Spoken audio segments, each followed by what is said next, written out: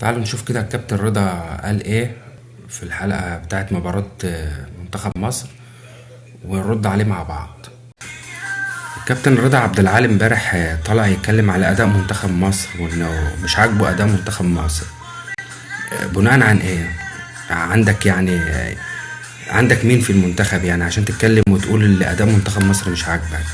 يعني راجل متعادل مع اسبانيا اللي هو منتخب الاول في العالم، على منتخبات العالم كلها، وراجل اتعادلت معاه. عايز ايه تاني يعني حسام حسن مطلوب منه ايه تاني؟ ما كفايه بقى صفار من جواكم وصفوها شويه. يعني الراجل عامل اللي عليه وبزياده وبقت بتقدم كوره احسن من الاول، وبدأ المنتخب يجي والدنيا اتغيرت كتير عن الاول. وبعدين انت لحد بقالك كام سنه هو ما عندكش اصلا فرود في مصر. انت بقالك فتره ما عندكش اصلا فرود تلعب بيه. بتتكلم بناء عن ايه؟ ما عندكش صانع العاب، وانت عندك مثلا ابو تريكه مثلا ومخبيينه ولا؟ مفيش لعيبه.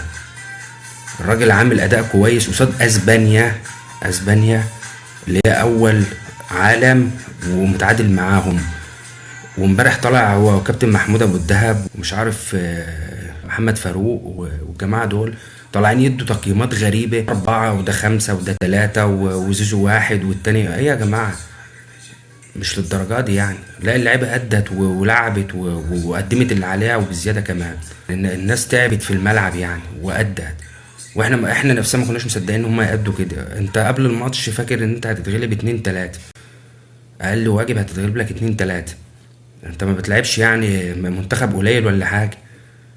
انت في ماتش السعوديه نفسه، عشان انت عارف ادائك عامل ازاي، انت كنت فاكر ان انت هتتغلب من السعوديه او هتتعادل مع السعوديه. نزلت واديت قدام السعوديه ماتش عالمي وفزت 4-0. بلاش بقى صفار، صفوها بقى شويه يعني. خلاص بقى، ادعموا بقى الراجل ده شويه، اقفوا جنب الراجل ده شويه. واحده واحده المنتخب هيجي. امبارح انت بقى بتبازي وبتلعب كرة على اسبانيا، مضيع كرة في الشوط الاولاني كانت ممكن تبقى جون، كانت ممكن تيجي جون والدنيا تتغير احسن واحسن.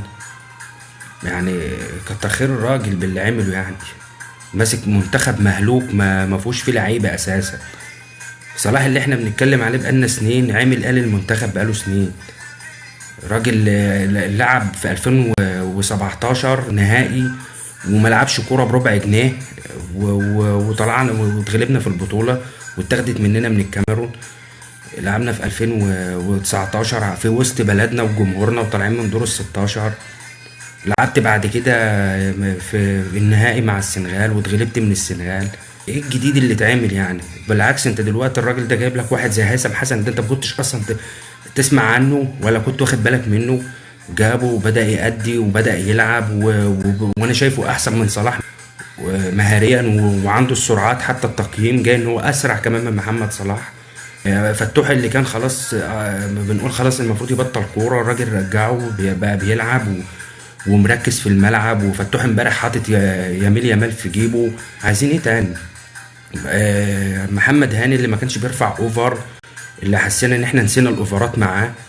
راجل بقى بيرفع اوفرات. كابتن اكيد ابراهيم حسن له كلام معاه، لانه ده احسن باك يمين في تاريخ مصر. اكيد اتكلم معاه وفهمه حاجات. الراجل مستواه اتطور. الراجل شوفه مع الاهلي وشوفه مع منتخب مصر. يا جماعه الرحمه شويه يعني بالراجل شويه. بس في حاجات قديمه كده ما بينكم وما بين بعض دي تخرجوها بقى بره الدنيا دي دلوقتي. انت بتبني منتخب داخل على كاس عالم، ادعموا الراجل شويه. الراجل بيتعب. انا شايف ان الراجل بيتعب.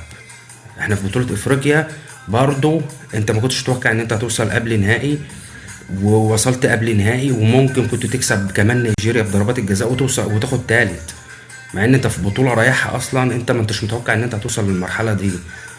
فبلاش نضحك على بعض. انت ما عندكش نيمار انت في المنتخب ولا عندك فينيسيوس ولا حاجة. ده راجل بيلعب بمهاجم، هو اصلا مش مهاجم. مرموش هو مش مهاجم اصلا، ده راجل بيلعب جناح.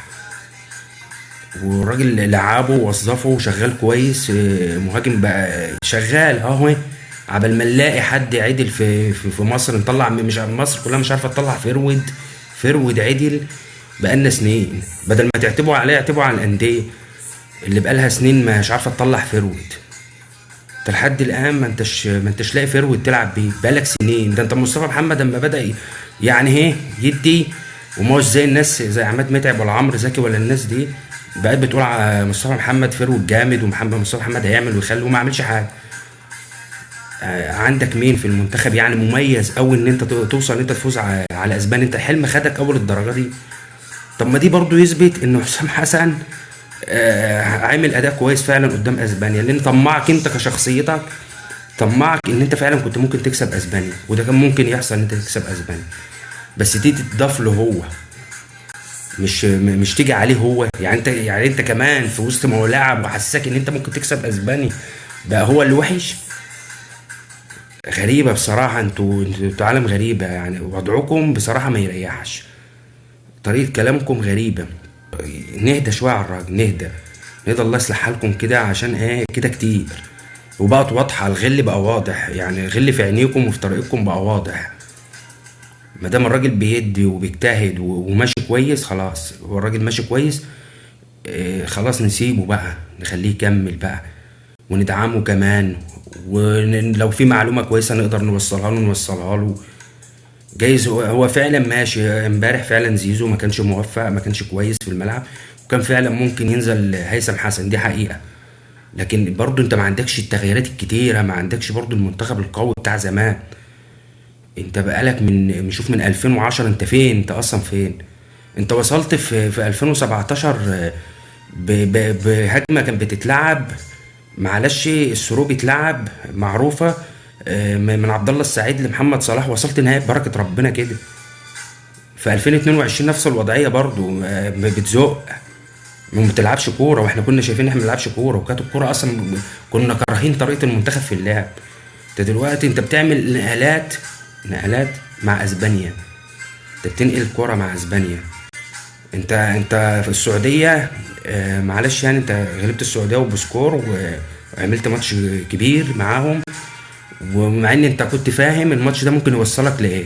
نرحم بقى الراجل شوية يا جماعة، ويا ريت نقف بقى معاه، يعني كفاية بقى حقد وغل، عشان والله العظيم الحقد والغل بتاعكم بان، والله بقت باينة قوي. يا كابتن رضا انت معلش انت كنت ماسك طنطا هبطتها، فما تسوقش فيها قوي يعني. انت لو مسكت منتخب مصر اقسم بالله ما انت معدي المجموعات اصلا. يعني ما انت قاعد بتنتقد عشان هو متعادل مع اسبانيا يعني. بعقلك كده انت رايح تفوز ولا؟ مش للدرجه دي. بالعقل كده انت رايح تلاعب منتخب اسبانيا الاول عالم، المرشح الاول لكاس العالم، يعني انك انت تعمل نتيجه زي دي معاه، فدي حاجه كبيره انك تعمل كده معاه. زمان ايام كابتن مجدي عبد الغني وكنا تعادلنا في كاس العالم على ما اتذكر مع هولندا، قلبنا الدنيا وجون ضربة جزاء، قلبنا الدنيا. بصش بقى الجيل بقى اللي هو التاني ده، الجيل ده ممكن ما عادش يتكرر تاني في التاريخ. المجموعة والتوليفة اللي كانت موجودة مع منتخب مصر في المدة دي اللي هي من 2006 ل 2010 ما تستنظرهاش كتير. انت كانت صدفة، هي كانت توليفة كده اتعملت سبحان الله عشان يعملوا التاريخ ده.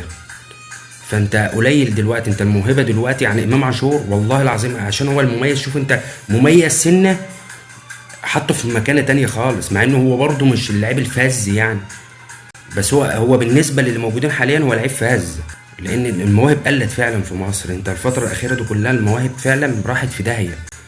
ما هو بسبب ايه برضه؟ بسبب من الناشئين من تحت. انت قاعد بتجامل ومصر بقت ماشيه بالمجاملات في الكوره في كل حاجه.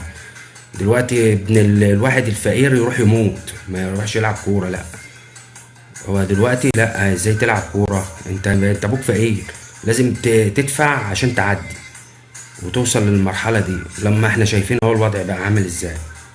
انت لما شفت هيثم حسن بيعمل حتة كده، انت بقالك فترة ما شفتهاش، حاجة كبيرة. مع ان دي المفروض في التطور اللي حصل ده، لا انت بيبقى عندك 5 6 على الاقل من اللعيب ده. انت ما انتش لاقي اصلا. انت لما شفت اللعيب ده انا شايف حاجه مختلفه فعلا، هو مختلف. فاحنا عايزين نوصل بقى ان نعمل لعيبه من ستايل هيثم حسن، الناس اللي زي دي، ودور على مهاجم. يعني انت بدل ما تقعد تحكي في قصص يا كابتن رضا انت والجماعه اللي قاعدين معاك، شاور له على مهاجم كده في مصر. هات لي مهاجم كده بكواليتي كده، عماد متعب ولا عمرو زكي ولا الناس دي، والله ما هتلاقي ولا نص حتى. الناس دي كانت حاجة تانية خالص. فانت الحمد لله ان الراجل بيلم الدنيا ووصلك كاس عالم، وكنت ممكن توصل نهائي افريقيا برضو، ما كانتش بعيدة. فكتر خيره، على الاقل في كورة بدأت تتلعب، فالرحمة شوية بالراجل. شكرا لكم.